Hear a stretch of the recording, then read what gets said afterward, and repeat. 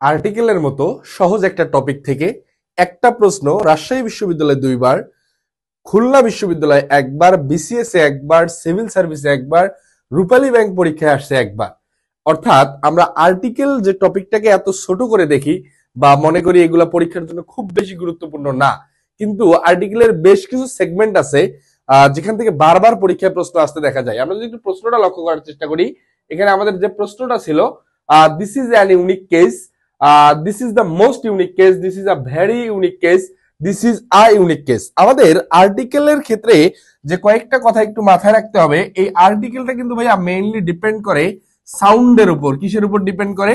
সাউন্ডের উপর ডিপেন্ড করে। যদি ভাওয়েল সাউন্ড দেয়, আমরা নর্মালি যে জিনিসটা দেখে থাকি, যদি ভাওয়েল সাউন্ড দেয় তার পূর্বে বসে এন, আর যদি কনসোনেন্ট সাউন্ড দেয় সেক্ষেত্রে আমাদের বসাইতে হয় হচ্ছে এ। এখন আমাদের মাঝে খুবই কমন এবং খুবই কনফিউজিং এবং না জানার কারণে যে ভুলটা হয়ে থাকে সেটা হচ্ছে আমরা মনে করি যে ভাই ভাওয়েল বসলেই এন বসবে, কনসোনেন্ট বসলেই এ বসবে। বিষয়টা এমন না। বিষয়টা হচ্ছে যদি ভাওয়েল সাউন্ড দেয়, সাউন্ড দেওয়ার ক্ষেত্রে আমি যদি বলার চেষ্টা করি, আমরা যদি বলি এল এল বি, এল এল বি, এই যে শব্দটা আমরা কথার চেষ্টা করতেছি, এখানে এল যে লেটারটা আছে এটা কিন্তু ভাইয়া কনসোনেন্ট। এল লেটারটা কি?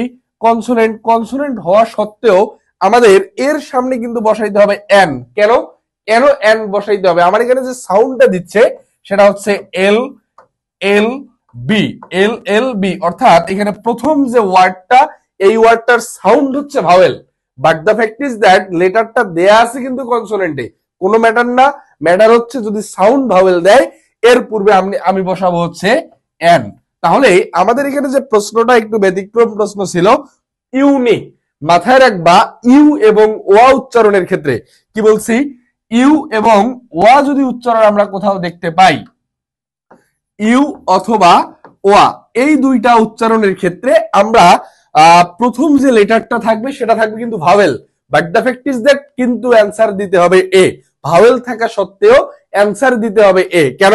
এখানে আমরা যদি এক্সাম্পল দেখার চেষ্টা করি, ইউনিভার্সিটি, ইউনিভার্সিটি, এই ইউনিভার্সিটি শব্দটার পূর্বে কিন্তু বসাইতে হয় এ ইউনিভার্সিটি। ইউনিক, ইউনিক শব্দটার সামনে ইউএনআই কিউ ইউই, এই ইউনিক শব্দটার সামনেও কিন্তু বসাইতে হবে a unique. But the fact is that এখানকার ইউনিভার্সিটির ইউ, এখানকার ইউনিকের ইউ, দুইটাই কিন্তু ভাওয়েল, তারপরে আমি নিয়েছি হচ্ছে এ। এখন আমাদের আর ওয়ার ক্ষেত্রে আমরা যে এক্সাম্পলটা দেখি সেটা হচ্ছে ওয়ান। এই ওয়ান শব্দটার পূর্বেও কিন্তু আমরা আর্টিকেলের ব্যবহারের ক্ষেত্রে আমরা ব্যবহার করি এ ওয়ান। সুতরাং আমাদের যদি এই প্রশ্নটা একটু দেখার চেষ্টা করি, আমরা একটা বিষয় ক্লিয়ার হইলাম, সেটা হচ্ছে আর্টিকেল ডিপেন্ড করবে সাউন্ডের উপর, নট লেটার। লেটারের উপর কখনোই নির্ভর করতেছে না, নির্ভর করতেছে সাউন্ডের উপর। যদি ভাওয়েল সাউন্ড দেয় এন, কনসোনেন্ট সাউন্ড দিলে এ। লেটার কি অবস্থায় আছে এটা কোনো ম্যাটার না। তাহলে this is an unique case, option number A. আমরা কমন সেন্সে কিন্তু সবাই এটাই দাগায় আসতাম আর কি, most of the student. An unique case, যেহেতু ইউ আছে ভাওয়েলে, but the fact is that U এবং ওয়ার উচ্চারণের ক্ষেত্রে আমি কি নিব? এ। This is the most unique case, না বাবা এখানে দাও আমি নিতে পারতেছি না। This is a very unique case, এই ভেরি শব্দটার এখানে কোনো প্রয়োজন নাই। This is a unique case. আমাদের এই প্রশ্নের কাঙ্ক্ষিত অ্যান্সার ডি নাম্বার।